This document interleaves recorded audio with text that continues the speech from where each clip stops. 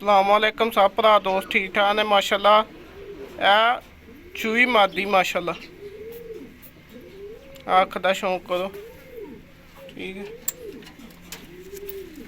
ये चार मादियां माशाल्लाह। हाँ मादी अली आ रही है माशाल्लाह।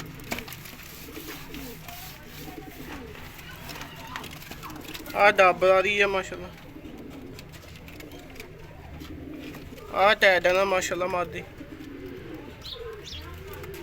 चार मादियां जिस भरा जिस दोस्त की समझ चाह 0342 290 2637 इस नंबर पर रबता कर सकते। व्हाट्सअप तो कॉल कर सकते। लोकेशन फैसलाबाद, कार्गो हो जाएंगे आल पाकिस्तान।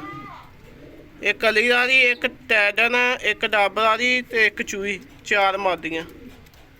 मेरा भरा शौक कर लो। ਜਿਹੜੇ ਭਰਾ फेसबुक तो या नवे वीडियो देखते हो ना, अगर रिक्वेस्ट है यार बास डोगर को लाजमी सबसक्राइब करो, ना बैल आइकन का बटन दबाओ।